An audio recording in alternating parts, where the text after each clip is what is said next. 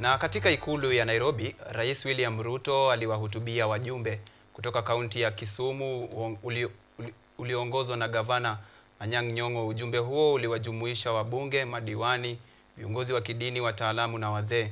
Rais Ruto alisisitiza dhamira ya serikali yake ya kuhakikisha maendeleo jumuishi na kutoacha eneo lolote nyuma katika mchakato wa mageuzi ya taifa. Alieleza maendeleo yanayopatikana kupitia sekta ya uchumi, hasa katika kuboresha maisha ya wavuvi katika eneo la Ziwa Victoria.